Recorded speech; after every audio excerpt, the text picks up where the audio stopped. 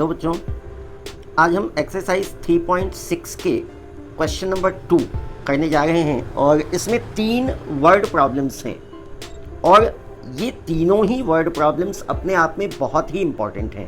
तो मैं कोशिश करूँगा कि ये तीनों ही क्वेश्चंस मैं आपको करके दूँ।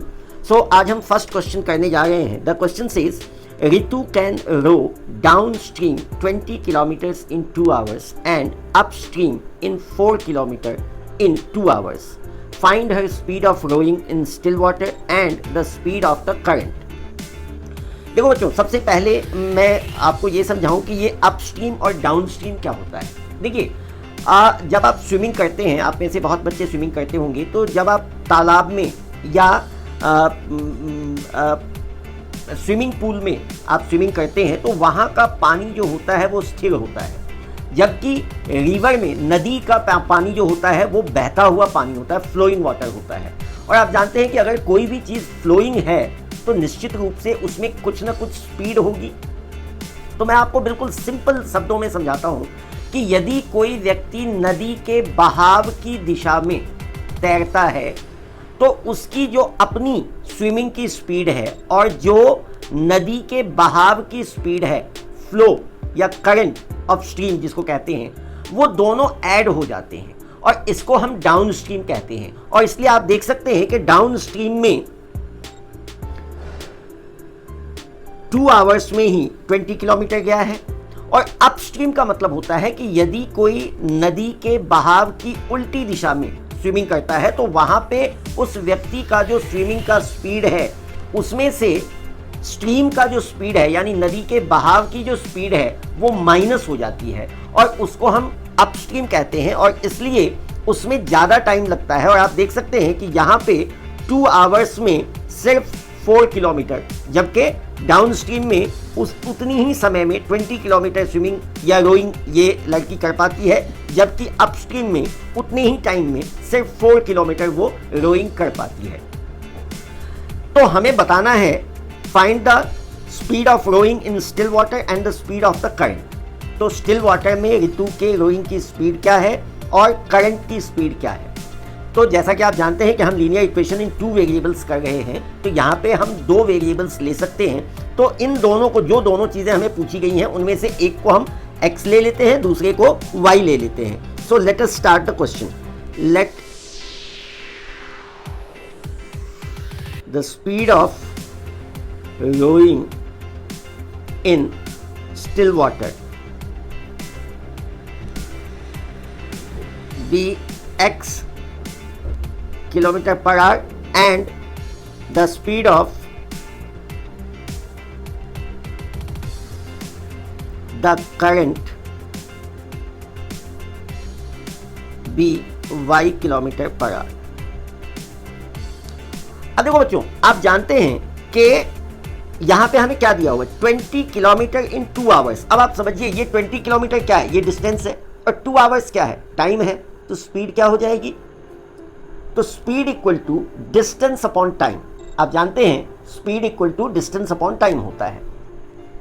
तो यहां पे हम लिखेंगे speed is equal to distance upon time.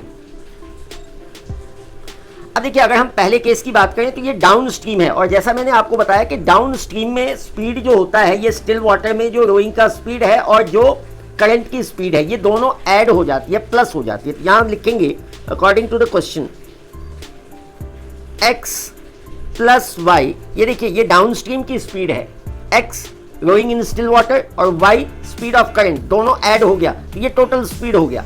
And this must be equal to distance which is 20 kilometre and time which is 2 hours, 2 10 जा। तो x plus y is equal to 10। we have got the first equation। अब इसी तरीके से हम second equation कैसे find कर सकते हैं वो देखिए। यहां पे हमें दिया हुआ है 4 किलोमीटर इन 2 आवर्स। तो यहां पे हम लिखेंगे, अब देखिए ये अपस्ट्रीम है, तो अपस्ट्रीम में मैंने क्या कहा था कि जो स्टिल वाटर में रोइंग की स्पीड है दैट इज x, उसमें से करंट की स्पीड माइनस हो जाती है, यानी यहाँ पे स्पीड हो जाएगी x माइनस वाई। तो यहाँ पे डिस्टेंस कितना है आप देख सकते हैं 4 किलोमीटर।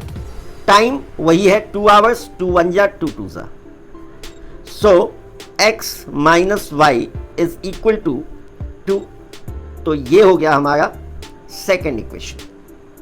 अब दोनों इक्वेशंस हमने निकाल लिए हैं। अब इन दोनों इक्वेशंस को यहां पे देखो, मैंने पिछले वीडियो में आपको बताया था कि आप एलिमिनेशन मेथड में दोनों इक्वेशंस को ऐड भी कर सकते हैं और सब्ट्रैक्ट भी कर सकते हैं। यहां पे देखिए x का कोफिशिएंट भी 1 है, यहां पे भी x का कोफिशिएंट 1 है, यहां पे y का कोफिशिएंट -1 है, यहां पे y का कोफिशिएंट, सॉरी हम इससे कंपेयर कर गए, तो यहां पे y का कोफिशिएंट +1 है, यहां पे y का कोफिशिएंट -1 है। तो अगर हम x को ना एलिमिनेट करके y को एलिमिनेट करें, तो यहां पे अगर हम इन दोनों इक्वेशंस को ऐड कर दें, तो हम यहां पे लिखेंगे एडिंग इक्वेशन 1 एंड 2। तो इन दोनों इक्वेशंस को ऐड करने पे क्या मिलेगा, x plus y is equal to 10 और x minus y is equal to 2। Add कर गए हम, तो y से y cancel, x plus x 2x, this is equal to 10 plus 2 12। So x equal to क्या हो जाएगा, तो x इक्वल टू हो जाएगा 12/2, 2 1 जा 2 6 जा, therefore x is equal to 6। अब x की वैल्यू हमने निकाल ली। अब इस x की वैल्यू को हम इक्वेशन 1 या 2 किसी में भी पुट कर सकते हैं। सो हम यहां लिखेंगे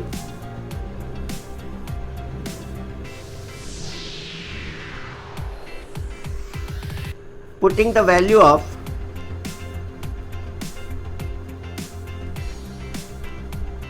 x इन इक्वेशन 1।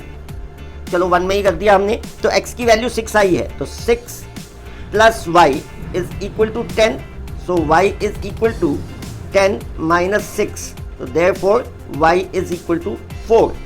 तो अब देखिए, जैसा कि मैं पहले भी जो वर्ड प्रॉब्लम्स के वीडियो बना चुका हूं, उसमें मैंने आपको बताया हुआ है कि जब भी आप कोई वर्ड प्रॉब्लम सॉल्व करें तो उसका जो आंसर है वो भी आपको वर्ड्स में ही देना है। अब ये नहीं कि हमने x और y की वैल्यूज निकाल ली और वो लिख दिया आंसर, नहीं, जैसा कि हम यूजुअली इक्वेशंस जब सॉल्व करते थे उसमें करते थे। यहाँ पे हमें डिटेल में लिखना होगा x, जो कि हमने क्या लिया था, speed of rowing in still water, therefore speed of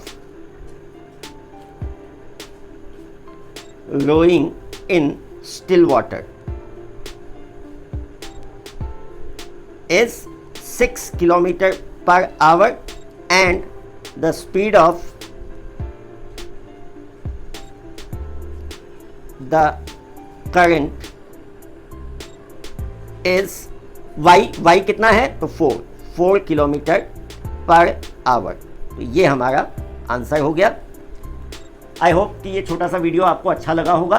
ये अपस्ट्रीम और डाउनस्ट्रीम वाला क्वेश्चन बहुत ही इंपॉर्टेंट है, बहुत इंपॉर्टेंट है, तो आप इसको निश्चित रूप से अच्छी तरीके से समझें, करें। और यदि आपको इसमें कुछ भी डाउट लगता है तो आप कमेंट बॉक्स में ज़रूर मेंशन करें उसे।